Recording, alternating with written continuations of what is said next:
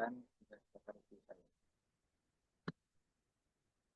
Sektor yang akan saya review ada dua, yaitu sektor tradisi penerima bantuan pangan tunai dengan learning sector transition pada desa Tanjung Selamat yang ditulis oleh Randy Syahputra Wahyu dan Indonesia pada tahun 2021. Penelitian ini bertujuan memprediksi penerima bantuan pangan non tunai (BPNT) di desa Tanjung Selamat menggunakan metode learning factor quantization atau LVQ. Sektor kedua yaitu jaringan saraf tiruan Proptech Propagation untuk prediksi harga bahan pangan di wilayah Kabupaten Deli Serdang yang ditulis oleh Putri Dewi Kasari dan Faiz Ahyaningsih pada tahun 2024. Penelitian ini bertujuan memprediksi harga bahan pangan Kabupaten Deli Serdang menggunakan berupa jaringan saraf tiruan Proptech Propagation. Sektor pertama, Uji dipilih karena kemampuannya dalam klasifikasi berbasis cara terbuka dan efisiensi waktu.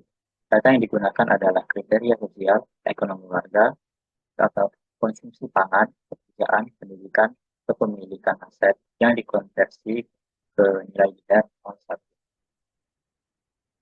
Hasil. Sistem berhasil mengklasifikasikan penerima BPNT dengan akurasi tinggi. Terdapat beberapa kesalahan prediksi, misalnya pada data nomor 2, 3, 6, 8, 13, 17, dan 19.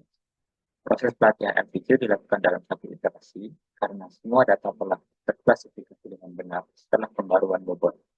Bobot akhir digunakan untuk prediksi. Aplikasi dibangun dengan bahasa pemrograman visual dan database akses, serta laporan prediksi yang dapat dicetak.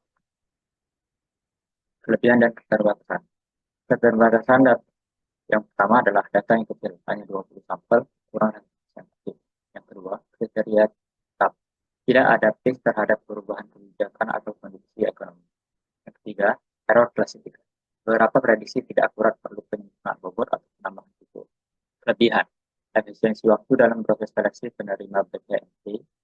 Dan kedua, implementasi sederhana dengan LPT untuk data biner.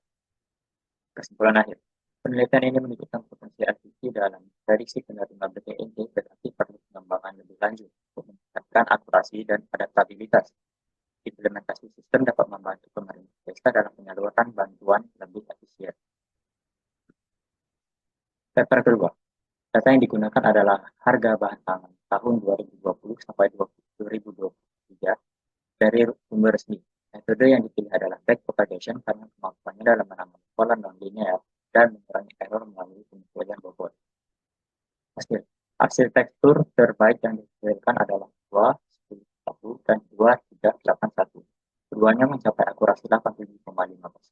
Proses pelatihan dan pengujian dilakukan dengan MATLAB, menunjukkan bahwa arsitektur dengan hidden layer lebih kompleks, 2, 10, 1, cenderung lebih stabil dan akurat. Prediksi harga untuk tahun 2024 menunjukkan variasi fluktuasi tergantung komoditas, misalnya kenaikan signifikan pada cabai merah dan kestabilan relatif pada beras. Kelebihan dan keterbatasan. Keterbatasan yang pertama adalah data terbatas hanya menggunakan data tahun 2020 sampai 2023. Yang kedua, variabel input sederhana, hanya harga historis tanpa faktor eksternal seperti cuaca dan kebijakan. Yang terakhir, overfitting. Arsitektur kompleks 2, 12, 1 menunjukkan performa buruk, akurasi 37,5%. Kelebihan, back propagation efektif menangkap pola non-linear dalam data harga pangan. Implementasi dengan MATLAB memudahkan analisis dan visualisasi.